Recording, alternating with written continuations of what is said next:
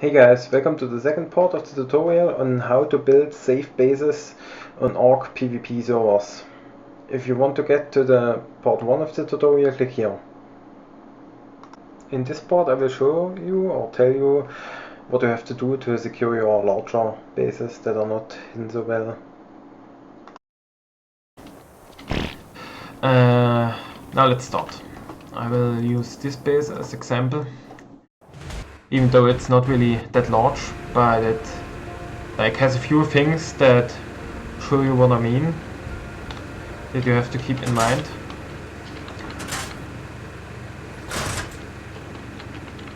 Now, okay, yeah. So while you build a big base, keep in mind it can only be attacked from the ground or from the air. Like, these are the two factors you have to look out for. Now let's start what you have to do to kind of protect it or make it secure against ground attacks. If you build a wall around your base, you at least want to have 3. Actually, you need 4 because 3 pointers can get over it sometimes. There's actually a trick you can do to get your pointers over. If you control them yourself, you can't get them over 3 walls. But if you like make a pointer follow you and fly in, and he still don't follow, he will actually follow you over 3 walls. If you like move around a little bit, eventually he will get over. I tried it, it's no problem. I think on 4 walls it's not working. I'm not 100% sure. I've never tried it with 4 walls, but with 3 walls high it's actually pretty close. And 2 walls is simple. 3 walls is pretty close. He needs a little bit of glitching and shit, but at some point he gets over it and is in. I even had a blunder in here once. Even though there are spikes, he just ignores it because I don't know. It's glitchy. It might change, but anyways. 4 fields high, that's the thing. Also watch out for your surroundings. I often see bases like that are like this, where let me get outside.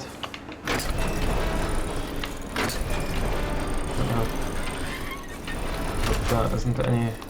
Yeah. Like where are rocks? There were even one here. And people build like the wall and shit, but there are rocks, and sometimes they forget people can jump off the rocks and then they can jump inside, and then like the whole defense is worthless. And if I would have, for example, like only a 2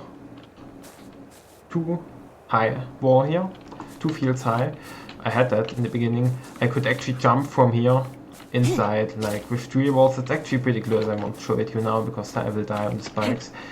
But yeah, keep your surroundings in mind.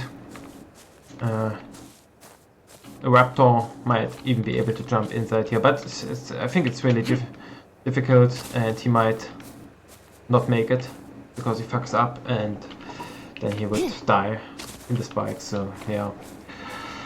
Now, where was I? The next thing is stone. You need stone. Wood is useless. Like, if you build wood walls, they can just be destroyed from dinos, and there's no effort to do that. Like, stone actually need explosive. You need explosives to destroy stone. I mean, you can damage it with metal tools, but they give really little damage to them, so it's nearly impossible, in my opinion. So, at least stone for walls. But yeah. Wood is useless. It can be destroyed by dinos. So yeah. The next thing is you have, if you have dinos inside which you want to defend themselves, or your base, which I would highly recommend, you have to keep in mind that all walls and doors in the game kinda glitch at the moment. Like if you have your dinos on attack a target, or neutral, or whatever, like at some point where they defend your tribe stuff and not passive. If some attacker hits your spikes or your walls or your doors and actually does some kind of damage to them, or shoots from an arrow from the outside with an arrow on your enemies or whatever, they will try to attack them. In this case, they would just run against the wall, and they can't get out, but still they run against the wall and try to get through, which they can't. But at the moment of the game, their faces glitch through, and if you have like a T-Rex or a Stego, like the whole head actually glitches through the wall. And if you have only a wall and no spikes, or only one door, then people will use that. They will, for example, if you have only one door, not like I 2 doors, and but you have like your walls and spikes in front, they will just hit your gate and do damage to it. Your dinos might be on neutral and will like go here and try to attack him, but they can't, and their heads will glitch through the door, and he can just kill your dinos without them doing any damage to him. And if you log in, your wall is still intact, your gate is still intact, but your dinos are dead. This happens to a lot of players, or when they hide their dinos inside of houses, they don't think about that. But yeah, in other words, you need a 2-layer defense for ground attackers if you have your dinos on neutral or attack a turret or whatever. At least 2 layers, meaning for your gates, or doors, or whatever, you have to build 2 behind each other with some space, so that when their head glitches through, it can't be attacked. Like with spikes, this actually is enough. Like the head glitches through, but you can't reach it, and even if you pick up a bow, you will most of the time hit the spikes and not the dino, so yeah, that's actually enough. So let me get back in.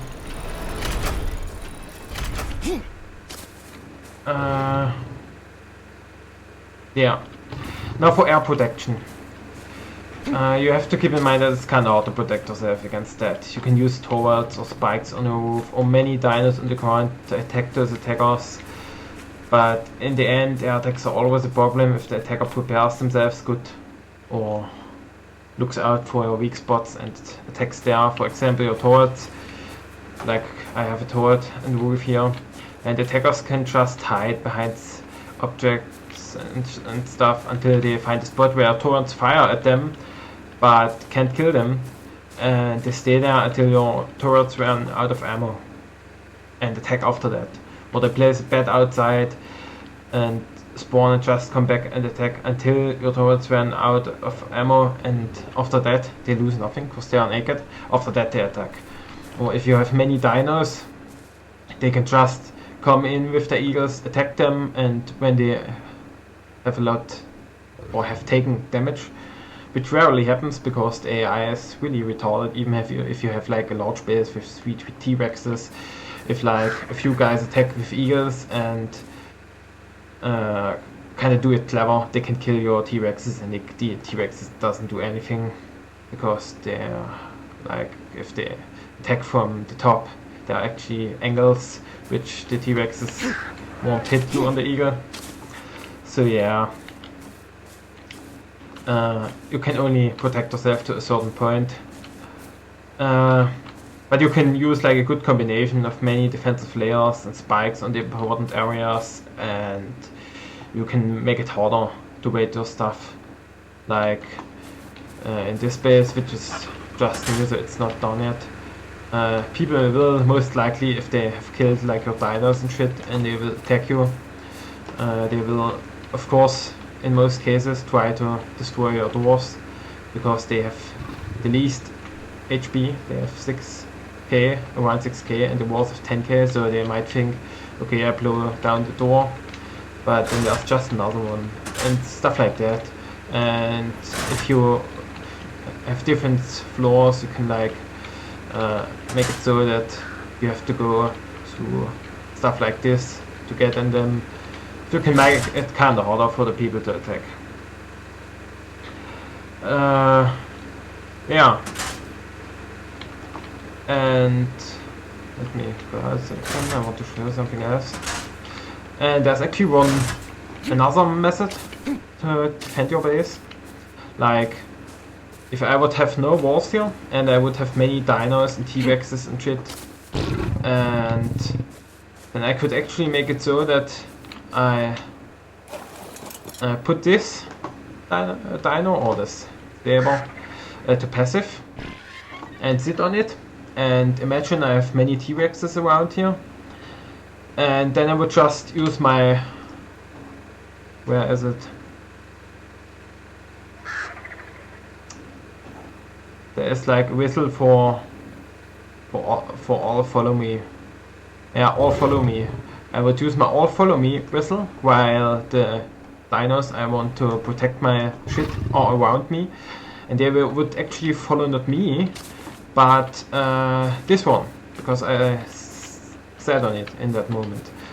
And this one is a passive, so it won't move, it won't do anything, it will just stay here, like if you set it to passive. But the other ones will follow this one.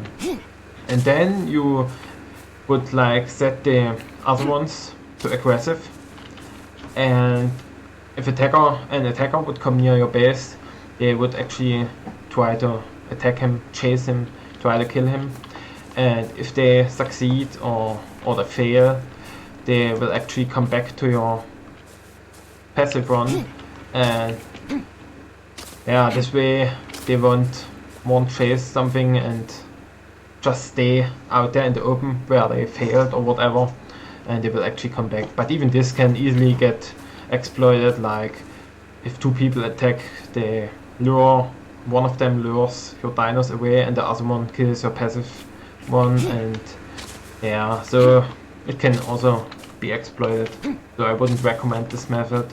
Just use many layers, like, and have a mix of like open bases and hidden ones, so in case your shit gets raided you still have other bases. Spread your belongings, don't have everything in one place, don't like hoard up tons of items. If you have a lot of metal, build shit.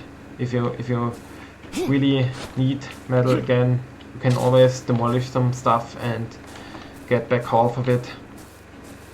Also, you can construct walls, like actually have inside here a vault, and around it there is actually metal. Like there's a little bit of stone, it's in the inside, and this inside area where it's in, there is metal around it, so an attacker to get to this vault would have to blow down at least one metal wall, which is like 10 C4 I think, or a little bit more, and after that the vault itself needs like 50 or 60, I think 50 C4. So yeah, this means that an attacker to get your vault shit needs like 60 C4, and he needs to know the vault is inside here. If he starts there's attacking someone at some other point, then yeah, then people actually need more. So yeah, that's it for the moment. This is some really basic stuff that hopefully will help some of you guys. Thanks for watching. Sorry again for the bad quality and yeah, my bad English. It's been a while since I talked actually English.